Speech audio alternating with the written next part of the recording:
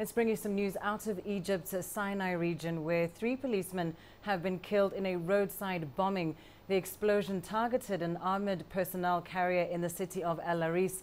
8 others were wounded. Egypt, of course, has been facing increased militancy in the Sinai Peninsula, and so far there's been no claim of responsibility, but ISIL-affiliated militants have previously claimed a series of attacks there against security forces, that being since 2014.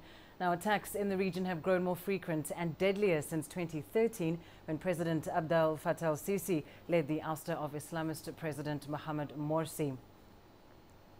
Let's return live now to Adele in Cairo. Of course, ongoing instability in the Sinai. Adele, tell us about this latest incident in which 3 policemen, we understand, have been killed. Yes, it's a bomb attack that targeted a vehicle for a few security forces that were leaving their duty, heading back on vacation back to their home.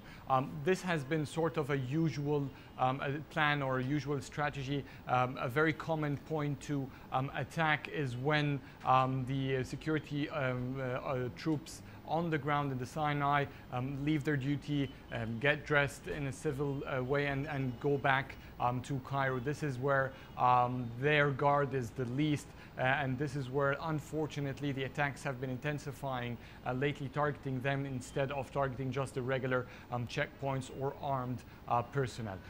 What has happened is that a bomb that killed 3, it was sort of a retaliation after the Egyptian armed forces launched an offensive yesterday night after a pre-attempt to attack one of the checkpoints in North Sinai area, and then this morning this incident happens. As you said, no group has claimed responsibility, at least so far. Even the armed forces has not pinpointed a finger to a specific group.